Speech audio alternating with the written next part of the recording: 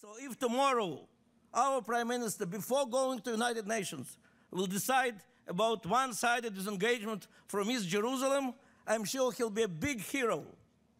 And after this, it will be very bad for us and very bad for Palestinians who live in Eastern Jerusalem and very good for Hamas. So we really have to find other way how to solve our problems of Israel and diaspora Jewry against attempts to demonize us.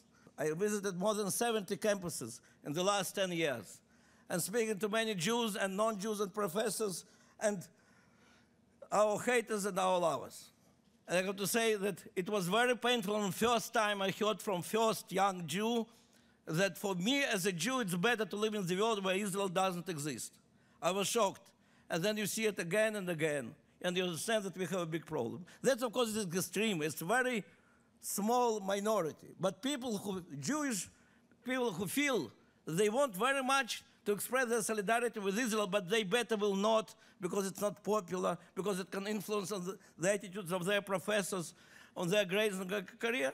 There are many of them. Yes, of course, it is stated with all these awful problems of our strike in foreign ministry and our sometimes really shameful laws that I myself am ashamed of them. And of course, what's happening with our conversion bill in the army. All this, actually, but it's so little in comparison with what you discover.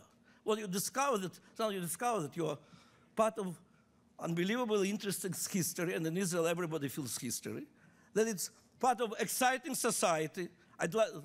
In these days, when millions of Muslims, Arabs, go to the streets demanding that their countries will be like Israel, we should appreciate the fact, definitely those who are coming, they appreciate the fact that here in the Middle East exists such exciting, liberal, democratic, free society, and it was done by Jews.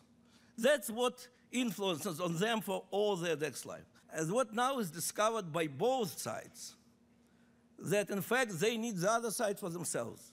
Rich American Jew doesn't need Israel to save it. Israel is a startup nation. It's not a poor relative anymore. It does with economic crisis much better than the American economy. But a rich American Jew needs Israel to guarantee that his children will be Jewish. And that's something very different.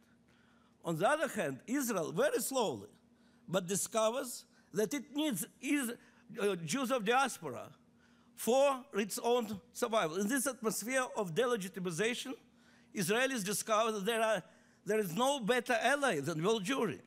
And if it is an ally, better that it will be a strong ally.